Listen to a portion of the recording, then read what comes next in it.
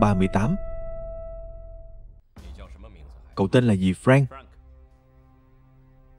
Frank, cậu làm nghề gì? Tôi muốn biết mấy anh cần người như thế nào.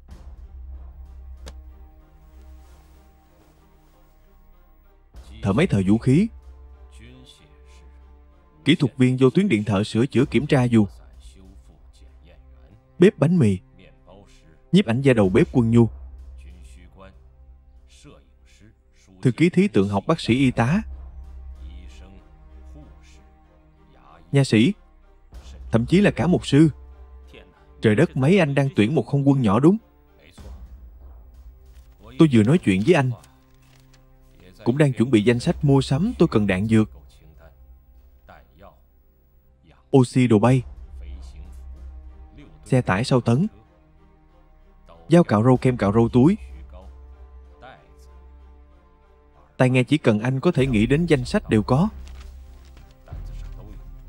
Đã hiểu mấy anh xác định từ con số không? Xây dựng một không quân nhỏ. Đúng. Nhưng tôi quan tâm tới việc ai trả tiền đường. Tiêu chuẩn ăn uống là sao? Ai trả tiền thuê nhà, có nước nóng không? Sử dụng nhà vệ sinh công cộng hay là vệ sinh cá nhân? Có thịt bò, thịt gà, thịt lợn không? Tôi khuyên anh nên xem trước, sau khi tuyển dụng thông báo, rồi hắn đến nói chuyện với tôi. Các vấn đề anh quan tâm đều ở trên đó.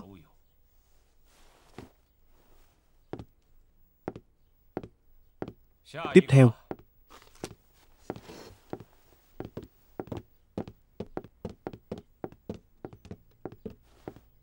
báo cáo thưa chỉ huy, tôi là Nick, là phi công lái P-40 cấp đại quý. Nói thật, tôi cần tiền. Đại quý Nick, anh rất thẳng thắn. Anh không ngại tôi nói với anh như vậy chứ? Tính đến hiện tại anh là FP-40 bao lâu rồi? 952 giờ bay. Trong toàn bộ liên đội bay, tôi xếp thứ tư à? Tôi rất nghi ngờ chỉ huy của anh sẽ để một phi công xuất sắc như anh đi. Tôi không thể quản nhiều như vậy, bởi vì bây giờ tôi thật sự rất cần tiền.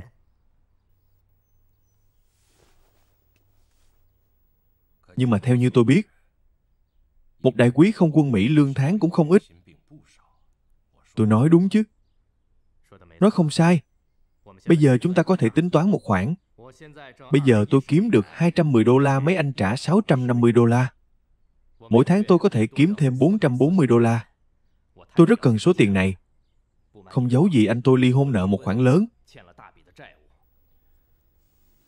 Cho nên, phi đội ra lệnh cho tôi lập kế hoạch trả nợ cho chủ nợ. Nếu không sẽ bị xử phạt. Mỗi tháng tôi đều phải báo cáo với bộ chỉ huy tôi đã trả bao nhiêu tiền cho chủ nợ. Tôi sắp phát điên, tất cả là do tiền. Được rồi chàng trai, bây giờ anh cần nghĩ cách để thuyết phục chỉ huy của anh cho anh thôi việc. Nếu không tôi không thể đưa anh đi. Nhưng mà tôi khuyên anh có thể làm như vậy.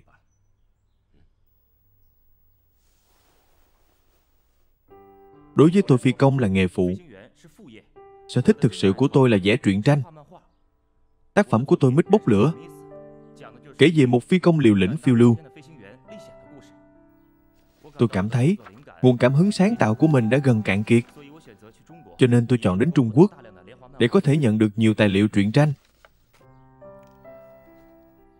Nhưng dân tệ không, anh vẽ rất tốt, rất sáng tạo. Và anh muốn đến Trung Quốc để tìm cảm hứng. Ý tưởng rất hay. Nhưng mà anh chưa nói cho tôi biết tên của anh. Tên của là Smith bốc lửa à? Tôi là Matthew thiếu úy phi công. Trước đây là phi công trinh sát. Năm nay 21 tuổi. Tôi là Clark, thưa chỉ huy. Là một người nghiện chiến đấu. Điều tôi không thể chịu nhất là không có việc làm và bàn giấy. Tôi chọn Trung Quốc vì ở đó có chiến tranh. Chàng trai, cậu ghét kẻ thù của mình, chứ tôi ghét kẻ thù chỉ huy. Cậu muốn trả thù kẻ thù chứ? Tôi muốn trả thù kẻ thù chỉ huy. Nhưng mà tôi phải nói với cậu, chiến tranh thật sự là chết người. Tôi không chết được chỉ huy, Tôi đã trải qua 10 vụ tai nạn xe hơi, 3 lần rơi máy bay. Không sợ chiến tranh, tôi khao khát được chỉ huy một phi đội. 3 lần rơi máy bay à? 2 lần trong trường huấn luyện, trượt 1 lần cách đây 3 tháng. Tình hình lúc là chiếc máy bay chỉnh đạn của tôi rơi xuống ao. Ao là nơi tốt nhất để rơi máy bay thượng úy. Chào mừng anh gia nhập đội 5 của chúng tôi. Là vinh hạnh của tôi, thưa chỉ huy. Anh là linh mục đi theo quân đội. Đúng là cha tôi cũng vậy. Thực tế 35 trước cha tôi đã đến Trung Quốc truyền giáo. Và ở đó 11 năm. Vì vậy tôi bị ảnh hưởng rất sâu bởi cha mình. Khi tôi còn rất nhỏ tôi đã mơ ước được đến Trung Quốc. Anh có nói tiếng Trung không? Cha tôi thường giao tiếp bằng tiếng Trung ở nhà. Vì vậy vâng, tôi có thể nói tiếng Trung. Nhưng mà tôi không biết viết.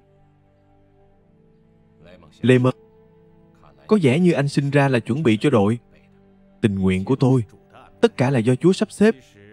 Thực tế tôi đang chuẩn bị nghỉ phép, tình cờ thấy office của mấy anh.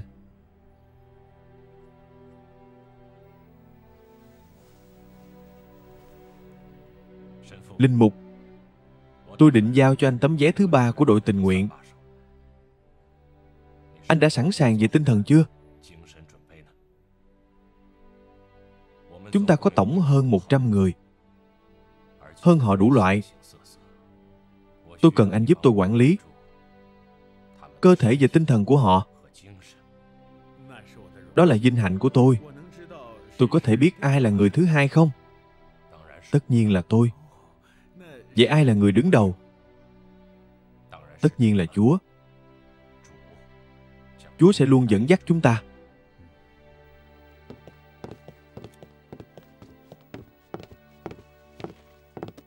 Thượng tá xin anh ký tên. Anh coi.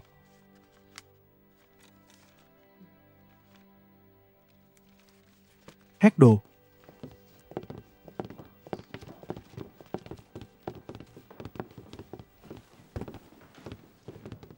Đây tiến triển sao rồi? Tiến sĩ Tống đã ký hợp với 110 phi công, 150 nhân viên mặt đất. Chỉ đáng tiếc, bây giờ chúng ta thiếu nhất là nhân viên tham mưu. Nhưng mà thái độ của quân đội Mỹ rất kiên quyết. Họ thậm chí không chịu thả một người. Điều này không tệ. Không có chuyện gì hoàn hảo.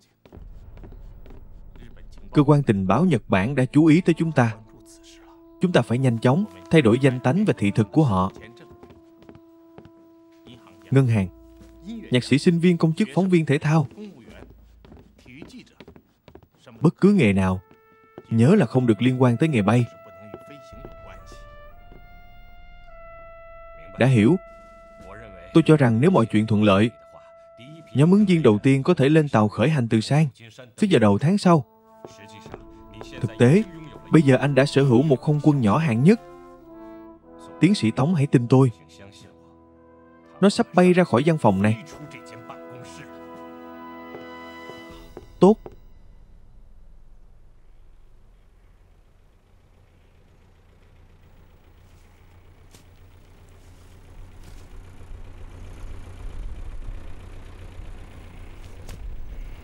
Đây, ở đây. Chỉ có vậy. Nhìn xem chuẩn bị cho máy bay ném bom của chúng ta. Đây gọi là mượn tên coi đi. Đây là quả bom cải tiến cỡ lớn nhất. Chúng ta phải tìm người kéo nó lên, xem ngòi nổ có tốt không. Hỏng cũng không sao. Ngòi nổ dễ xử lý, ở chúng tôi có sản xuất của Mỹ. Đúng rồi, hỏi anh. Tôi nghe đoàn phục vụ của chúng tôi từ Miến Điện trở về nói, thượng tá muốn mời một nhóm thiếu gia từ Mỹ. Người Mỹ không phải người nước nào khác. Mong đợi họ liều mạng như chúng ta, đừng có mơ. Thế thì để máy bay cho chúng ta. Trong tay họ lãng phí vô dụng. Mấy anh về trước đi. Tôi sẽ tìm người kéo lên sau. Vẫn là Cao Đại Tòa nói đúng. Cha mẹ có không bằng mình có. Cẩn thận nha, không sao, tôi ở đây nó không dám nổ đâu. Đi làm việc đi, cẩn thận nha. Các đồng chí tiếp theo mời đội trưởng Đỗ. Một bậc thầy về bay phát biểu.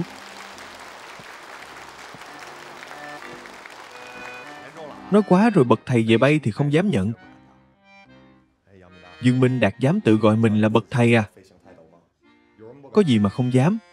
Người ta thích gọi thì cứ gọi. Gọi gì tôi cũng sẵn sàng nghe đến đi gọi thoải mái. Trác Minh Lý anh thấy sao? Xin lỗi bậc thầy chỉ là may mắn. Sống sót sau 9 lần chết. Sống sót được đều là bậc thầy. Đội trưởng Đỗ bậc thầy. Trác Minh Lý bậc thầy, Dương Minh Đạt bậc thầy. Bây giờ lứa học viên này sống động hơn chúng ta. Lúc vào trường hàng không nhiều. Tâm khí cao đều là trai đẹp. Được rồi, được rồi. Các học viên khóa 12. Chúng ta đến đây không có ý gì khác. Một là để cổ vũ mọi người dù xảy ra chuyện gì. Hy vọng mọi người học tập tốt. Không quân không thể thiếu người kế thừa. Hai là chúng ta muốn trong mấy em chọn 2-3 bạn thành lập một đội bay du kích. Đội bay du kích là gì? Không sai, không quân Trung Quốc vẫn tồn tại. Hơn nữa, chúng ta sẽ với tinh thần bất khuất phản công kẻ thù. Đây cũng là máy bay Zero của quân Nhật. Sau khi hoành hành trên bầu trời Trung Quốc, bước quan trọng để không quân Trung Quốc phục hồi nguyên khí. Tất nhiên mọi người đều biết, không quân Trung Quốc của chúng ta không dễ dàng. Máy bay của chúng ta rất ít. Kỹ thuật cũng không bằng máy bay Zero của quân Nhật. Huống chi là phi công xuất sắc như mấy em càng ít ỏi.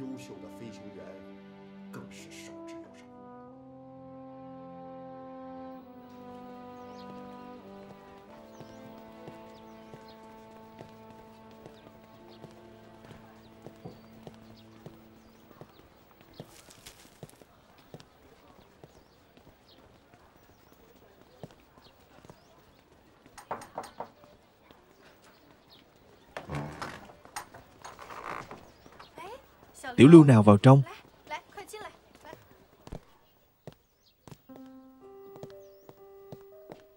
Vào đây uống chút nước, con đâu ngủ rồi.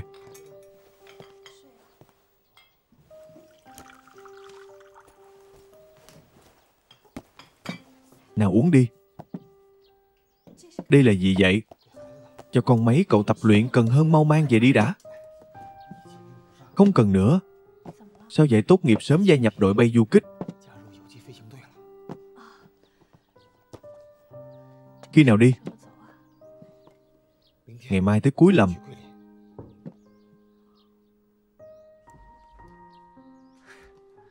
Sẽ quay lại. Đội bay du kích là gì? Là từ một sân bay chuyển đến sân bay khác, không ngừng kháng Nhật. Có một thứ cậu phải mang theo ngay bên cạnh.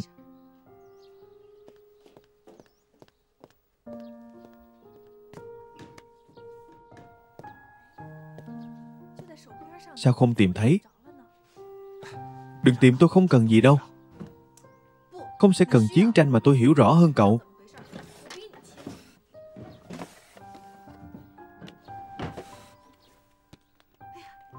Tìm thấy rồi.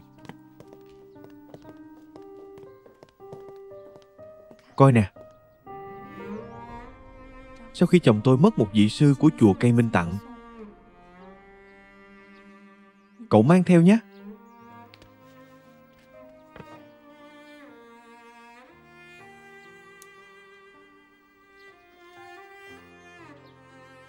Cảm ơn, đợi đã.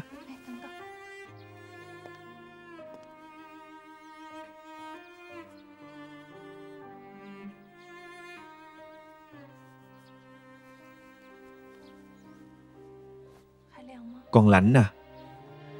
Không lạnh, không lạnh. Khá ấm. Tôi sẽ cầu nguyện cho cậu.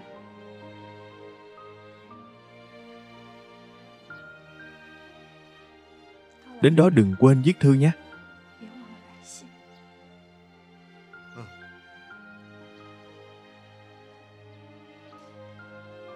Tôi là trưởng nhóm của các cậu đấy.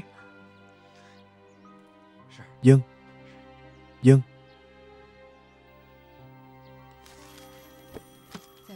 Trong khoảng thời gian u ám nhất của lịch sử không quân, một nhóm người sống sót bất khuất chuẩn bị.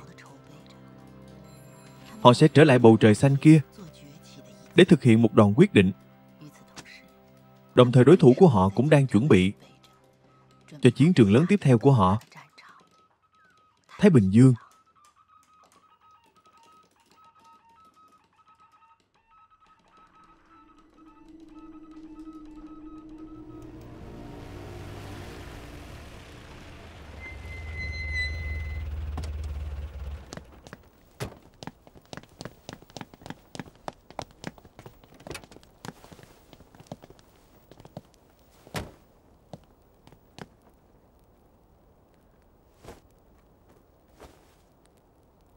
Tướng Kawa, tôi được lệnh tiếp quản chỉ huy chiến dịch 1-2. Từ bây giờ quân đội sẽ tiếp quản nhiệm vụ của hải quân. Tôi giao chiến trường lại cho mấy anh. Những nhiệm vụ còn lại sẽ do quân đội mấy anh hoàn thành. Quân đội chúc hải quân hàng không chủ lực trở về. Một đường bình an, không tướng quân. Hải quân không phải trở về, mà là hướng tới một cuộc xung phong mới. Quân đội sẽ chờ đợi hải quân. Tin vui trên Thái Bình Dương.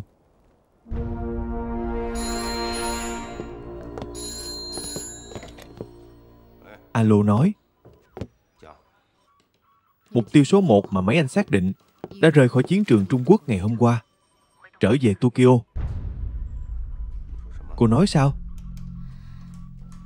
Mui Toshio đã chạy mất rất tiếc.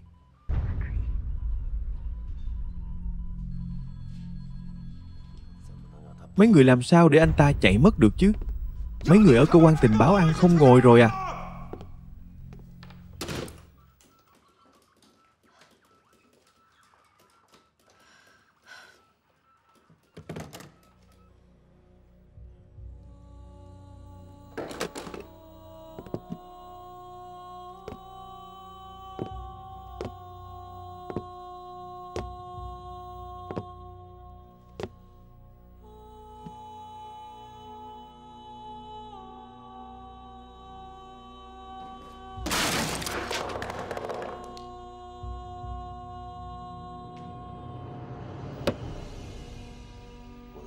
Thầy của tôi anh đi như vậy không chào một tiếng nào.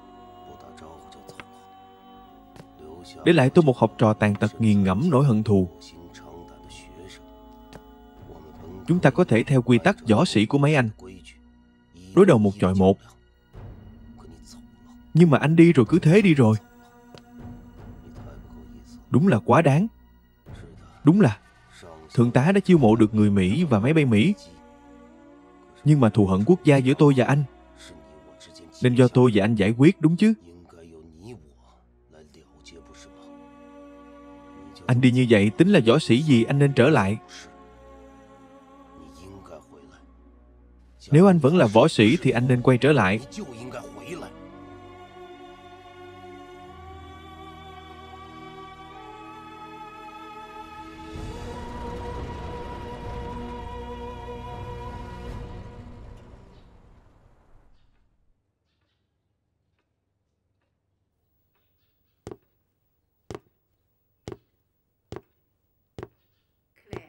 Claire, phu nhân,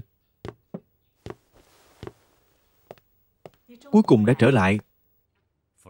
Phu nhân, thật sự rất khó khăn. Ngồi đi.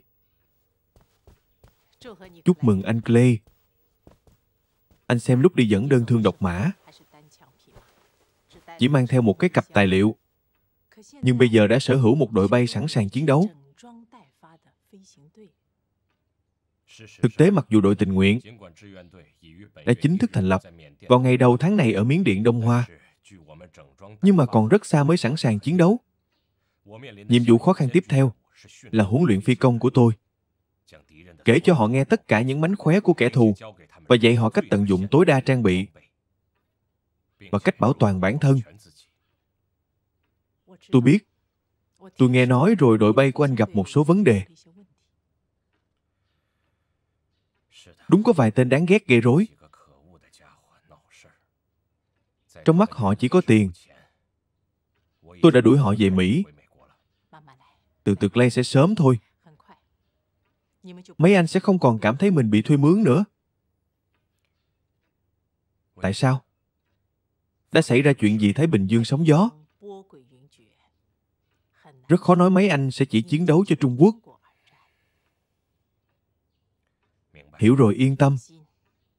Tôi sẽ cử người giỏi nhất của không quân, giúp đội tình nguyện nhanh chóng thành lập và chuẩn bị chiến đấu. Cảm ơn phu nhân, cảm ơn. Cao đại tọa, anh xem chúng ta tấn công từ đây, sau đó vòng qua bên này. Hân Lam. Cao đại tọa.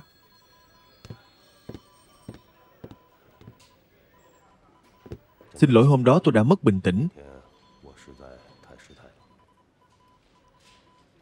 Tôi không để bụng.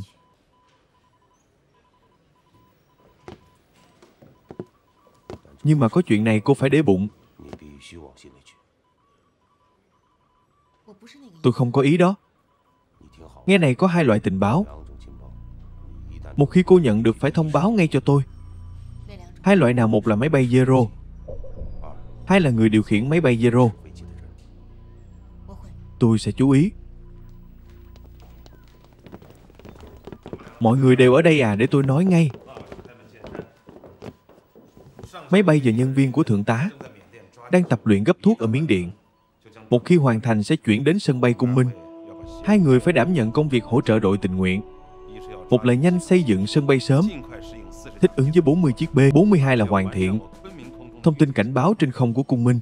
Đã hiểu chưa? Đã hiểu.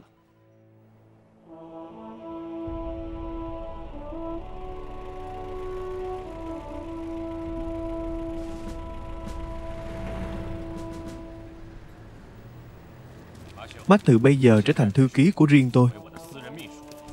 Anh phải ghi lại tất cả những gì tôi nói với mỗi phi công. Sau mỗi lần bay, tổ chức lại tất cả những nhận xét hoặc lệnh của tôi. Trước khi kết thúc ngày sắp xếp theo thứ tự logic. Sau đó phát cho từng phi công. Đã hiểu chưa? Hiểu rồi thượng tá. Tôi sẽ ghi lại từng chỉ thị của anh. Nick, anh có thể có cánh.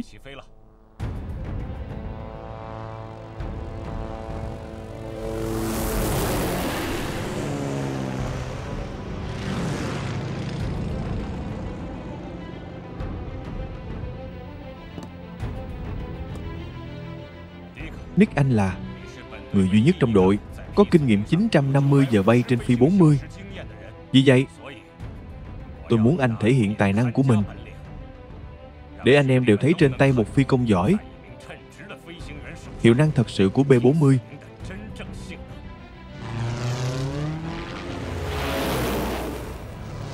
Coi kìa, V-40 này toàn thân là sức mạnh động cơ Allison.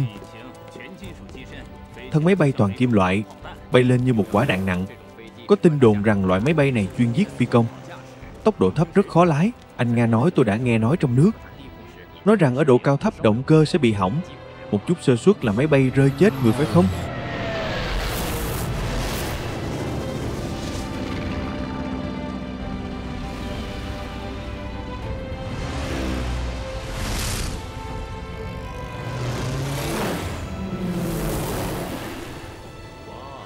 Đây có tính là độ cao thấp không? Nghe anh ta nói nhảm, phải xem máy bay ở trong tay ai. Tăng tốc, cố lên, nhanh lên. Nhanh hạ gục hắn đi, cố lên. Cố lên, chào buổi sáng các quý ông.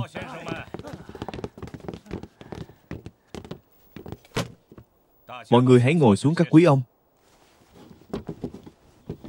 Nhìn sắc mặt của mấy anh, tôi biết mấy anh đã trở thành chuyên gia điều khiển B-40.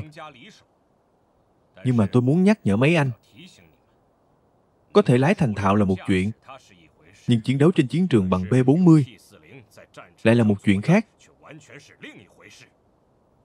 Mỗi người mấy anh đều nhận được một cuốn sách nhỏ. Đây là gì?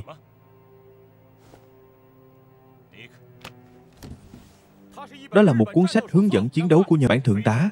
Rất tuyệt, mời ngồi. Đây là sách hướng dẫn chiến đấu của phi công Nhật Bản. Tôi nghe nói không quân Nhật Bản yêu cầu mỗi phi công tuân thủ nghiêm ngặt kỷ luật chiến đấu. Họ phải tuân theo quy định kỹ thuật và cũng phải tuân thủ nghiêm ngặt quy định chiến thuật. Để có được cuốn sách nhỏ này, đã có người phải trả giá.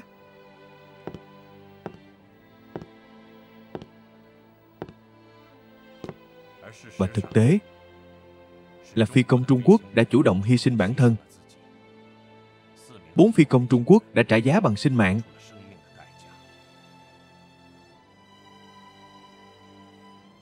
Để tỏ lòng kính trọng, chúng ta tưởng niệm họ.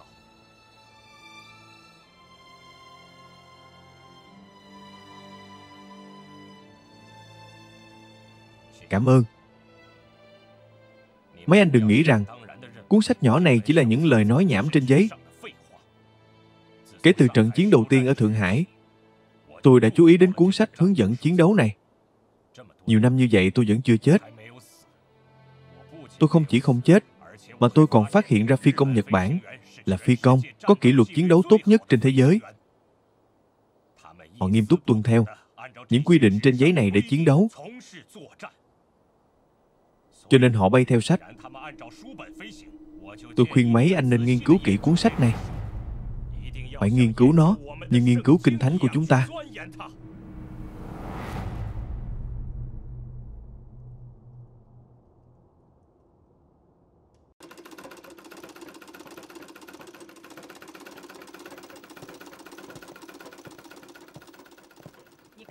Anh có cảm nhận không?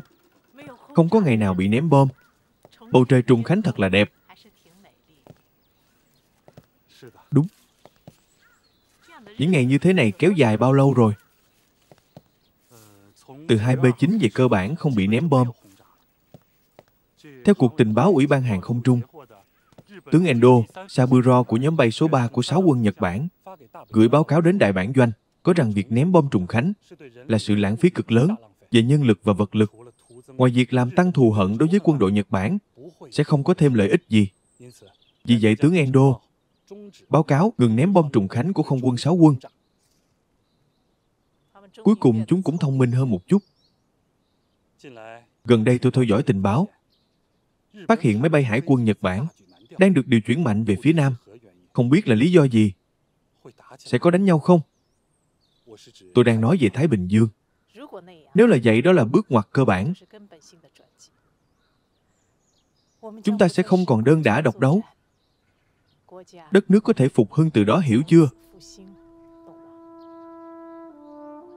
À phải, anh nói với Mạnh sư phụ, vải của chiếc áo dài tiếp theo của tôi có thể sáng hơn một chút. Đừng tối xỉn nữa.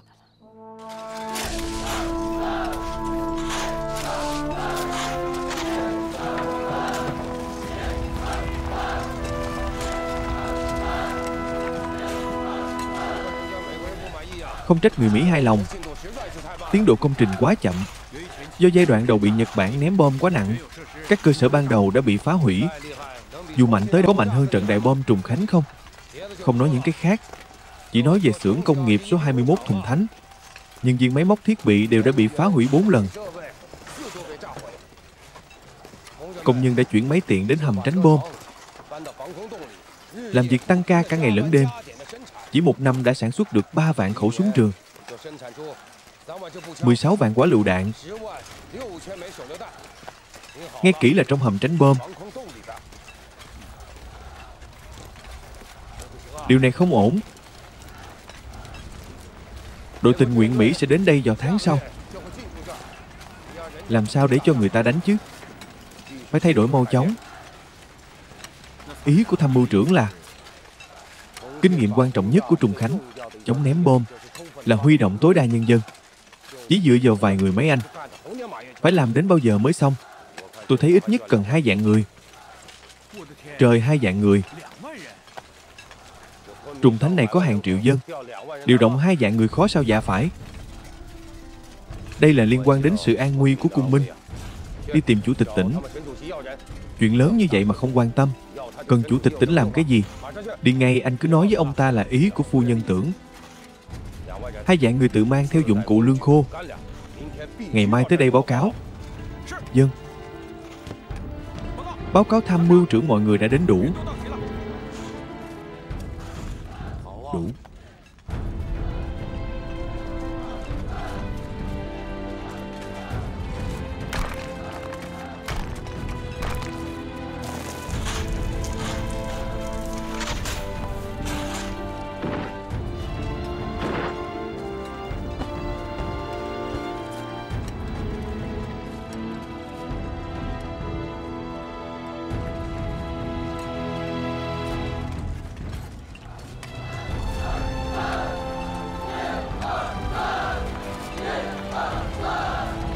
Nhất hạng, nhất hạng. Nhất hạng. Nhất hạng. Nhất hạng. Nhất hạng.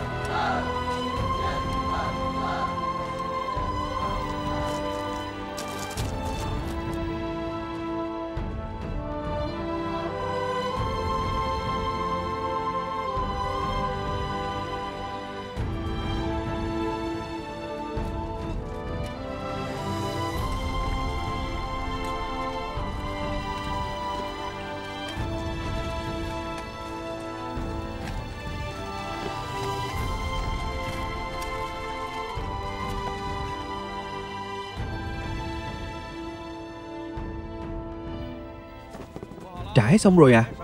Ghế sofa đây đặt bên đó, nhanh lên, tất cả đều nhanh lên.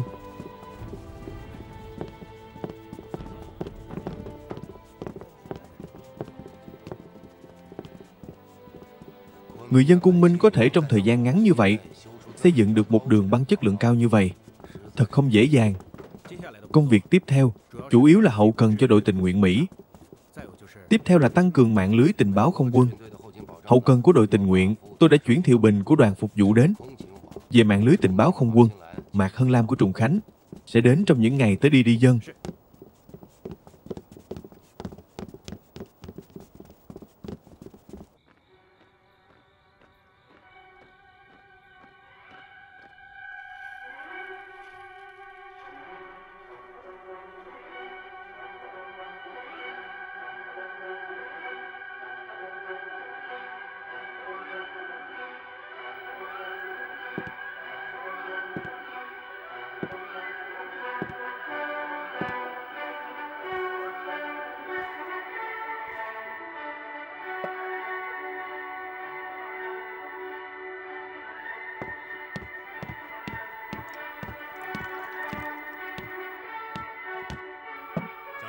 Tướng quân,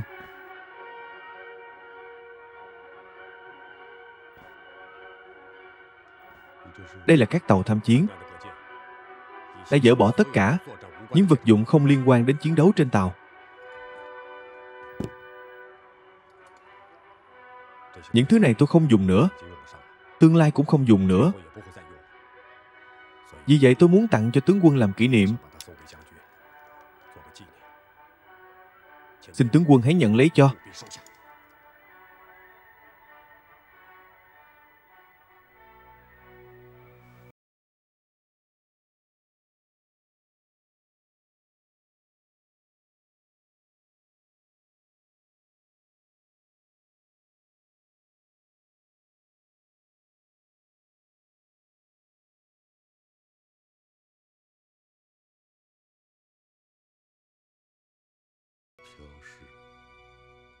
Dạ phải. Tất cả phi công lái máy bay trên tàu sân bay đều quyết tâm hy sinh. Tư lệnh hạm đội cơ động Nam Dương của mấy anh cũng nghĩ như vậy, tôi không rõ. Nhưng tôi đã thấy chữ của ông ấy viết là viết cho Trung tá Yến Trung. Tôi rất thích. Viết như thế nào? Một khi nhận được mệnh lớn mà ra trận oanh liệt,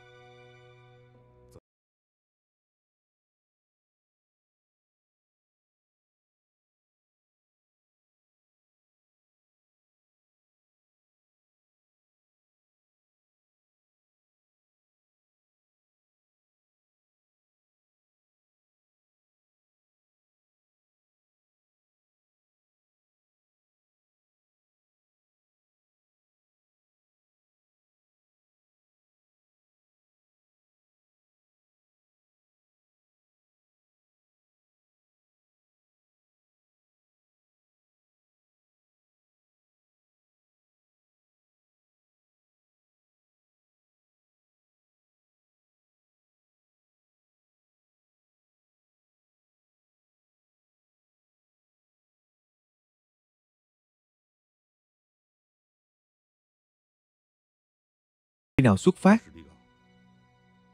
Đêm nay.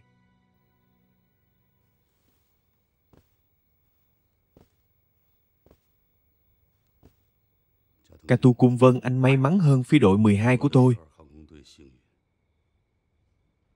Tham gia vào hành động quyết định vận mệnh của đế quốc.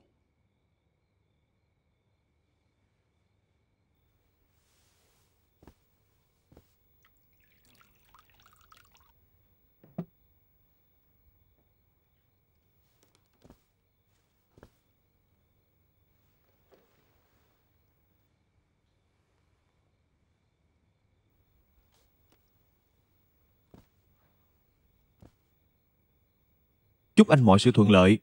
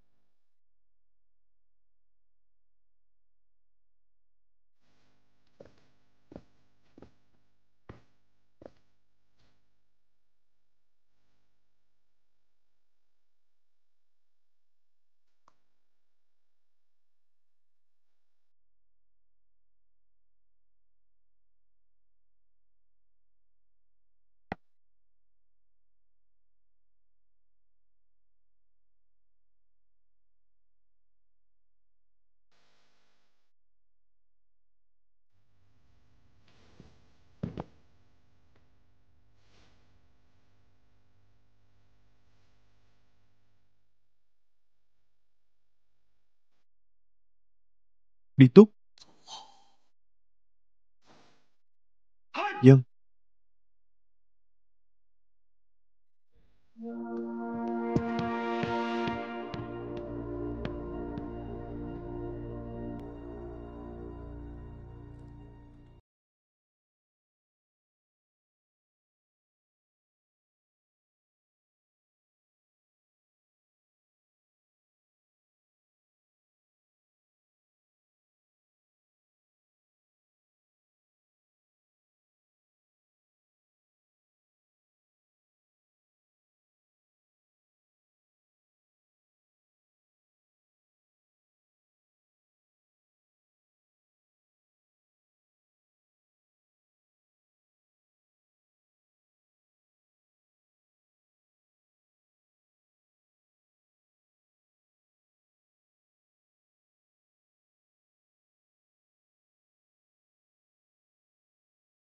Tiếc phi đội của tôi không thể đến Trân Châu Cảng. Chỉ có thể chọn ngày đến Quảng Châu, tham gia hành động chống lại Malay và Singapore. Được rồi. Còn phi đội 12 của tôi chỉ có thể là một chiếc lá ngụy trang. Ngài nói gì vậy tôi không hiểu cho lắm. Tướng Yamamoto lo lắng. Sở hữu đội bay lớn mạnh 400 chiếc. Nếu đột ngột biến mất căn cứ Kagoshima, chắc chắn sẽ thu hút sự chú ý của cơ quan tình báo địch. Vì vậy ra lệnh cho đơn vị của tôi nhanh chóng điều đến đó. Ngụy trang hiện tượng. Về mặt thông tin liên lạc, cũng phải duy trì lượng thông tin liên lạc như cũ. Sao họ có thể làm vậy? Điều này đối với ngài là quá bất công. Còn cách nào đâu? Người khác đều có hai tay. Còn tôi thì sao?